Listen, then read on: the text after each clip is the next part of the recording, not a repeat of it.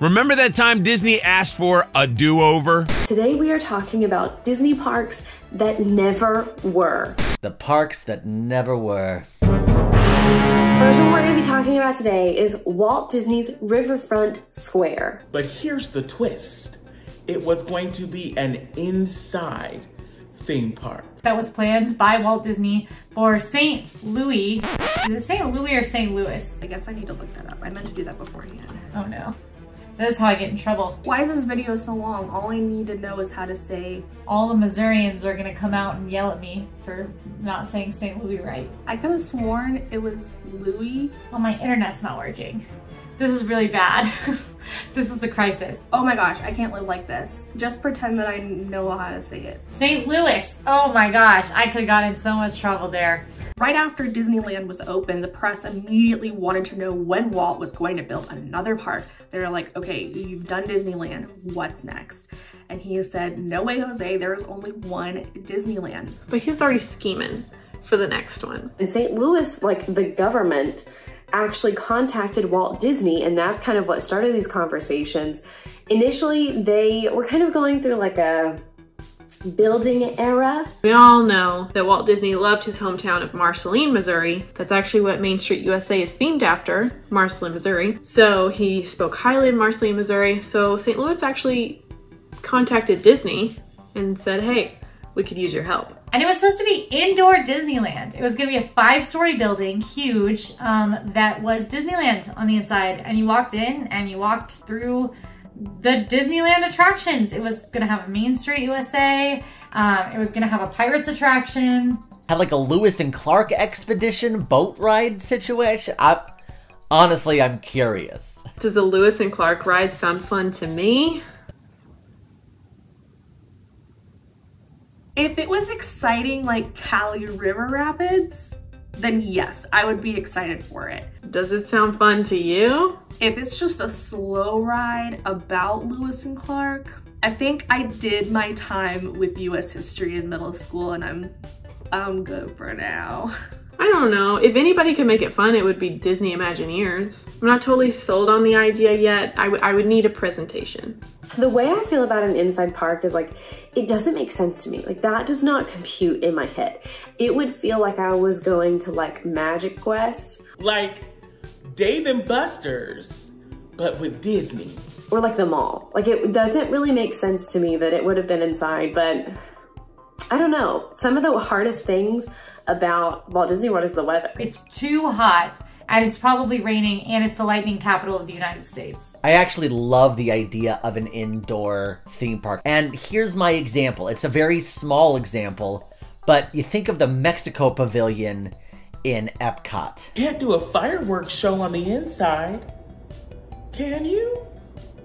I don't think it's very likely that you get struck by lightning in a Disney World park either, but I mean like, theoretically it could happen because you are outside and there is no bubble over Disney World. They're literally able to take you to another time. And I don't mean like the 1920s. I mean, time of day. All of a sudden it's nighttime and it's completely immersed you into exactly what they want to immerse you in. Although I bet it would get smelly. Maybe not.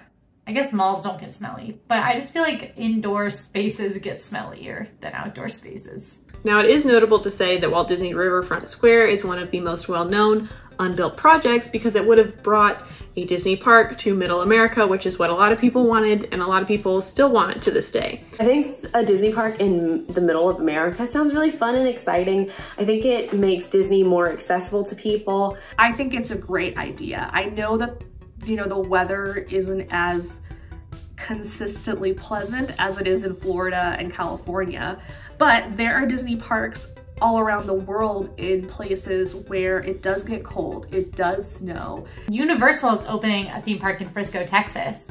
It's a family like theme park, but that's still like they're filling in their Middle America slot. I think it would have been cool to have a park in the middle of America. I mean, you know, you've got the park in California, you've got the park in Orlando, in Florida, and I think it would have been nice to have, you know, something in the middle, like a, you know, like a centerpiece, you know? You've got Disneyland, you've got Walt Disney World, and you've got Riverfront Square. Nah, that just doesn't sound good. There was a lot of backlash. There's a lot of backlash. If you love the Hall of Presidents in Liberty Square and the American Adventure Pavilion in Epcot, this next one's for you. Disney's America. This one's wild. And this kind of makes sense to me, considering like Walt Disney's personal interests and that it's like a core part of the company. We all know that Walt Disney was a huge patriot. He loved his country, and it's still reflected in many of the attractions you see at Disneyland and Disney World. Great moments of Mr. Lincoln, Hall of Presidents, all over Liberty Square.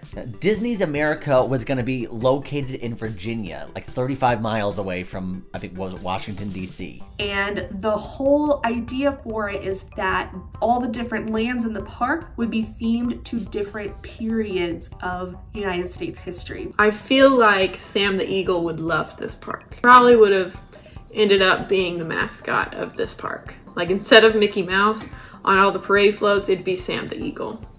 Which, you know, I'm not opposed to.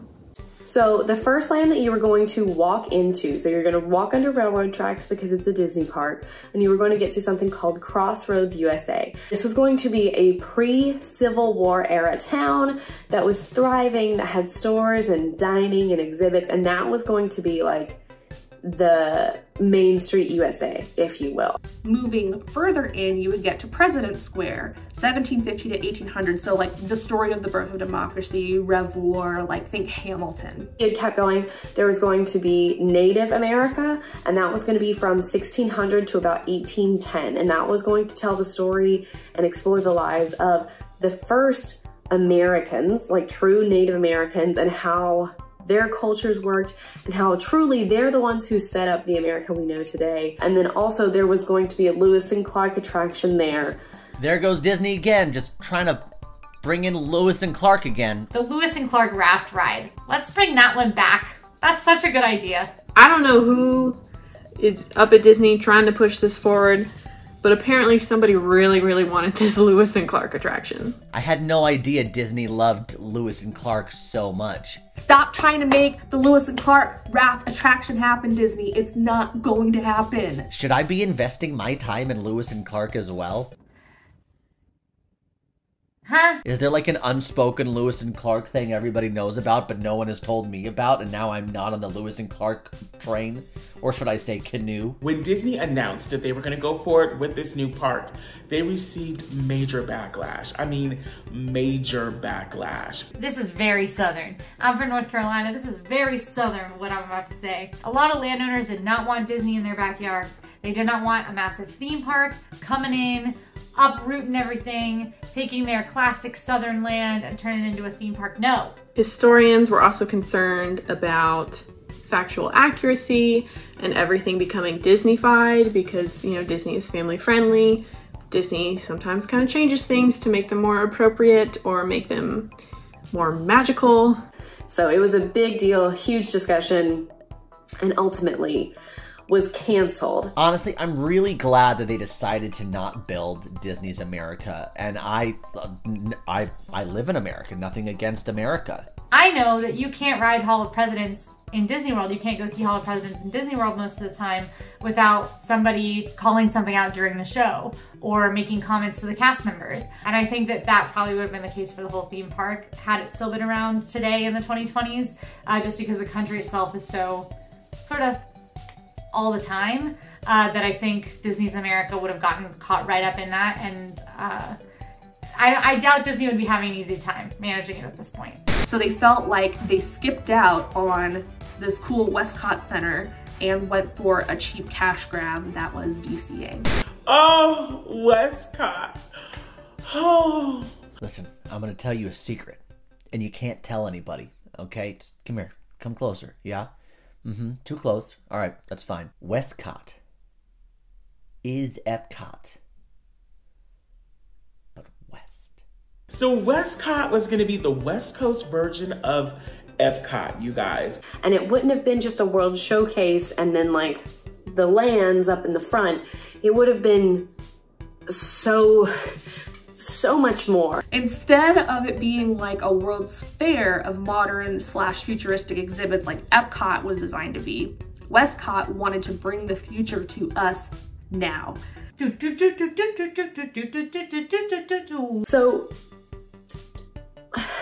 Welcome to Westcott. to put it like, okay, Disney's Epcot of the West. how do I want to say this? I don't know what that was, but I felt compelled to do it. So let's start like with the park icon. I think this is gonna give you a good example of what this park would have been. Again, Epcot, but bigger. Epcot, but better. So what's the first thing you're gonna start with? Well, the icon, the park icon. This park icon wasn't gonna be a spaceship Earth. No, no. It was going to be a space station Earth. It would be twice the size of Spaceship Earth, and they plan for it to be a 300-foot golden sphere encased in a lattice of metal. Can you imagine twice the size of Spaceship Earth? That's big. It would have been one of the biggest icons that Disney would have ever produced. And Westcott's big thing was it was going to feature the 7 wonders. So there's the Wonders of Living, which was going to have Cranium Command, a Body Wars, the Making of Me. Man, they really wanted to put the Making of Me in California. They were like, you know what was good? The time that we made a Birds and the Bees movie and put it in the theme park. Let's do it again. That's what I'm like, you were gonna do that again? Like, you were like, yeah, this was a good idea the first time. Let's do it again. The Lewis and Clark Raft Ride, did they want to put that in here too? Wouldn't surprise me if they really wanted to put that everywhere. Then they would have done Wonders of Earth, which I think would have been kind of their version of probably the land, focused a lot on environments like the Arctic, the desert, different aspects of Earth. Then you would have Wonders of Space that would take you through the cosmos, and you could see distant planets and just kind of do a little bit of space travel while you're at Disney. But you can't really do Epcot without a world showcase, because that's what Epcot is known for. But how do you make it bigger? How do you make it better? You create the 4 corners of the world, rather than doing a world showcase. So it allows you to blend cultures and do different aspects of the world without having to do like one really super specific thing that can be growing and changing. But the one that I think is so interesting is the River of Time, which was gonna be the longest Disney attraction ever. It was a boat ride, but you basically stopped at each land, then you'd see a couple scenes that like really represented what that land was and the culture and the vibes, and then you could get off if you wanted, people could get on, and then it would go to the next land and it would repeat itself. And the whole trip around took 45 minutes. Unfortunately, Westcott did not happen for a variety of reasons. Building in Anaheim was complicated for a lot of reasons, no matter how popular Disneyland was. It was just too much. At the end of the day, this project never happened because the price of it was way too much. At the time, Disney was having some struggles with money because of Euro Disney, which is now Disneyland Paris, kind of having a massively failed opening. It's since come back, but it did not go well at first. And so with that, Disney was not, they were kind of losing a lot of money at the time, like a lot of money. Eventually, we got Disney California Adventure in place of where Westcott would have been. And it really stinks because Disney California Adventure also bombed. That was also Michael Eisner era. And when DCA bombed, fans sat back and said, could have been you, Westcott. Could have been you. Westcott, California Adventure. You know. I'm just so sad that it never happened because we could have had a bigger, better version of Epcot on the West Coast. And it just hurts my heart. It really hurts my heart. I am a loser. Last but not least, did you know there was supposed to be another section at Animal Kingdom? Oh, Beastly Kingdom. So this isn't an entire theme park. This is just one area of a theme park, but it was one that we were supposed to get in Orlando here in Florida. At Disney World, Animal Kingdom was supposed to have a part of the theme park. The original plan of Animal Kingdom, of the park as a whole, was to incorporate 3 different kinds of animals: real, extinct, and imaginary. So you were gonna have all of the like faithful, true animal lands, and then you were gonna go to Beastly Kingdom and see unicorns and dragons and fantastical creatures. So Beastly Kingdom was going to be where Pandora, World of Avatar, actually is now. I don't think they have fleshed out the idea as well as they could have, because I mean, Beastly Kingdom was going to be divided into 3 lands. And the lands visually are beautiful. I just don't think they really landed on the names. You know what I mean? The nice, the beautiful, and the dangerous. We need to do some workshopping, honestly. Nice would have been for the younger crowds. The Dinoland USA Triceratops spin, if you will. It would have been unicorns and beautiful and lovely and da-da-da-da. Beautiful is for like older kids to kind of teenagers, and then dangerous is for all the people who want like the thrill rides and scary stuff. One of the attraction concepts was a ride called Quest of the Unicorn, which would have been an interactive walkthrough maze where guests would find and awaken 5 golden idols, wandering through an area where they would be surrounded by magical mythical creatures. As they found each idol, the plan was for guests to unlock a section of the maze where they would have come face to face with an audio animatronic unicorn in a beautiful secluded grotto. That sounds amazing. I am a loser and a nerd. I love fantasy stuff, and I would have loved to do a quest and come face to face with an animatronic unicorn. That sounds really cool. Like, I consider myself to be a unicorn. That's my horn, y'all. Inspired by the original animated Fantasia, they also wanted to have Fantasia Gardens, and that would have been a musical boat ride. I am a loser. And then finally, there was going to be the piece de resistance of Beastly Kingdom. The thing that I know would have changed me. And this would have been the Dragon's Tower.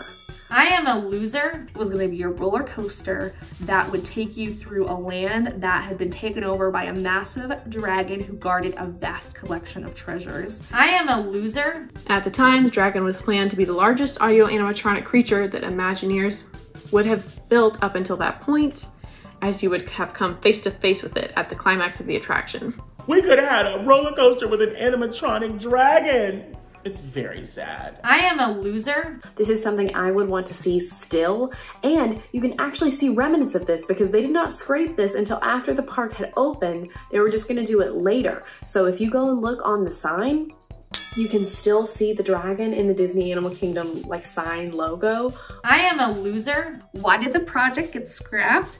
Why do most projects get scrapped? It was because of money. It was costing so much more for them to take care of the real animals. They just didn't have enough money left in the budget to create Beastly Kingdom. I am a loser. Which is a bummer.